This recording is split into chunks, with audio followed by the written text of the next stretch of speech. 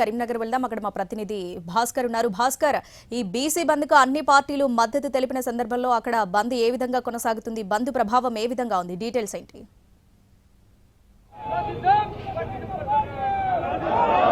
శ్రావణి, ఉమ్మడి కరీంనగర్ జిల్లా వ్యాప్తంగా బీసీ బంద్ ఏదైతే ఉందో బీసీ బంద్ ప్రశాంతంగా కొనసాగుతా ఉన్నది.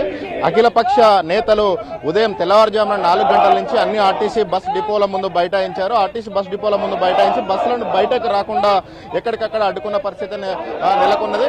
మనం ప్రస్తుతం విజువల్లో చూడొచ్చు. మనం కరీంనగర్ బస్ స్టాండ్ వద్ద ఉన్నాం. కరీంనగర్ బస్ స్టాండ్ వద్ద సేమ్ ఇదే పరిస్థితి కొనసాగుతా ఉన్నది. ఇక్కడ మనం చూడొచ్చు, మొత్తంగా జిల్లా వ్యాప్తంగా ఉన్న 13 డిపోల్లో కూడా ఒక్క బస్సు కూడా బయటికి రాలేదు. ఇక్కడ కొంతమంది నేతలను వాళ్ళని అడిగి తెలుసుకుందాం. బ్రదర్, చెప్పండి, బంద్ ఎలా కొనసాగుతాం? బంద్ మిత్రపక్షాలతోటి సంపూర్ణమైన బంద్ జరుగుతుంది కరీంనగర్ లో. ఈ బంద్కు సహకరించినటువంటి మా వివిధ పార్టీ నాయకులకు, మిత్రపక్ష నాయకులకు, మా బీసీ సంఘ నాయకులకు అందరికీ హృదయపూర్వక ఈ 6 గంటల నుంచి ఇప్పటి వరకు కరీంనగర్ నగరంలో ఉద్రిక్త వాతావరణంలో బంద్ సక్సెస్ అవుతుంది. మీరు పెట్టినటువంటి మా రిజర్వేషన్లు, కామారెడ్డి డిక్లరేషన్ 42%, 9 జీవో తీసుకొచ్చి హైకోర్టుకు పోయి హైకోర్టులో పెండింగ్ ఉండగా మళ్ళీ సుప్రీంకోర్టు మీకు ముట్టికాయలు పెట్టింది. అయినా మీకు కొంచెమన్నా అలకన చులకన లేదని చెప్పి మీకు తెలియజేసుకుంటున్నాం. ఇప్పుడు అన్ని పార్టీలు మీకు మద్దతు ఇచ్చాయి కదా, ఇప్పుడు మీరు ఎవరిని విమర్శిస్తున్నారు?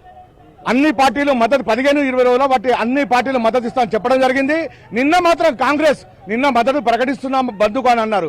ఎందుకన్నారు అనేది వాళ్ళకి తెలియాలి. వాళ్ళ విగితం వదిలేస్తున్నారు. కాంగ్రెస్ పార్టీ కదా 42% రిజర్వేషన్ తీసుకొని వచ్చింది.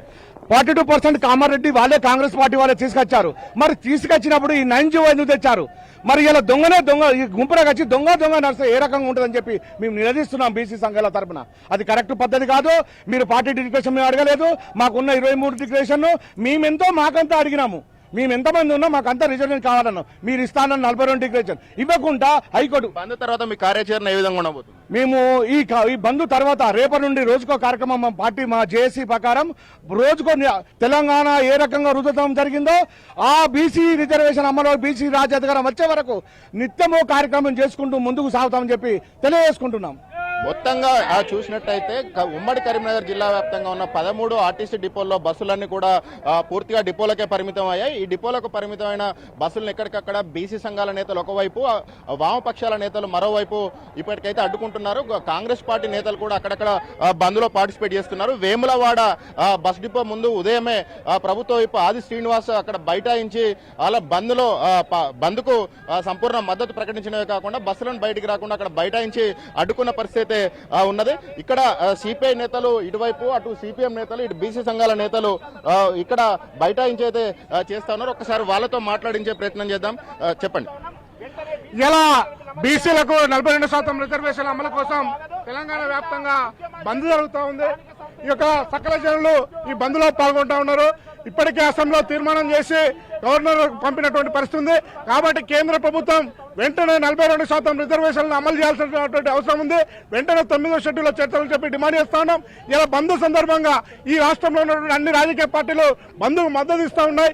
ఈ సందర్భంగానే ఇలా ఈ రాష్ట్రంలో అధికారంలో ఉన్నటువంటి కాంగ్రెస్, అదేవిధంగా దేశంలో అధికారం ఉన్నటువంటి ఈ యొక్క బీజేపీ కూడా మద్దతు ఇచ్చింది. ఇలా దొంగలు అంటే ఈ యొక్క భుజాలు నడుపుకున్నట్టుగా వ్యవహరిస్తా ఉన్నారు.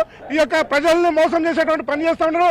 కాబట్టి వెంటనే ఇలా ఈ తెలంగాణలో ఉన్నటువంటి కోట్లాది మందిని బీసీల యొక్క డిమాండ్ని ఆయా పరిగణలోకి తీసుకొని వెంటనే ఈ యొక్క 42% రిజర్వేషన్ని అమలు చేయాలని చెప్పేసి డిమాండ్ చేస్తా ఉన్నాం. ఇది రాజకీయ రిజర్వేషన్లే కాదు, ఉద్యోగ అవకాశాలకు సంబంధించిన రిజర్వేషన్లు.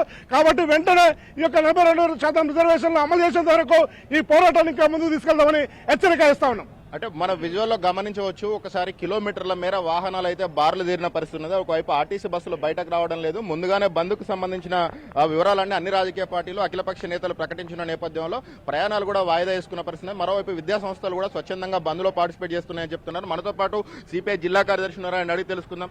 బ్రదర్, చెప్పండి, అసలు ఈ పోరాటాన్ని ఇంకా భవిష్యత్తులో ఏ విధంగా ఉండబోతుంది? తప్పకుండా బీసీలకు 42% రిజర్వేషన్లు సాధించుకునే వరకు ఈ పోరాటం కొనసాగుతూ ఉంది. అయితే ఇక్కడ హాస్యాస్పదం ఏంటంటే కాంగ్రెస్ పార్టీ మాట ఇచ్చిన ప్రకారం 42% రిజర్వేషన్లకు సంబంధించినటువంటి జీవోలు విడుదల చేయడం జరిగింది.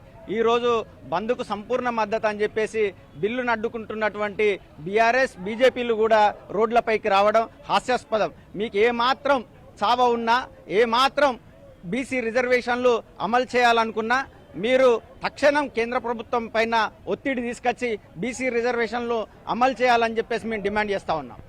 అన్ని పార్టీలు కూడా బంద్కు మద్దతు ఇస్తున్నాయి. కేంద్రంలో ఉన్న బీజేపీ కూడా బంద్కు ప్రకటించింది. రాష్ట్రంలో ఉన్న కాంగ్రెస్ కూడా బంద్కు మద్దతు ప్రకటించిన నేపథ్యంలో అన్ని పార్టీలు మద్దతు ప్రకటిస్తున్నాయి. మరోవైపు బీసీ సంఘాలు చేస్తున్నాయి. భవిష్యత్ కార్యాచరణ ఉద్యమాలు పోరాటాలు ఉంటాయని ప్రకటిస్తున్న నేపథ్యంలో బంద్ అయితే ప్రస్తుతం కరీంనగర్ జిల్లాలో ప్రశాంతంగా కొనసాగుతా ఉన్నదని చెప్పొచ్చు.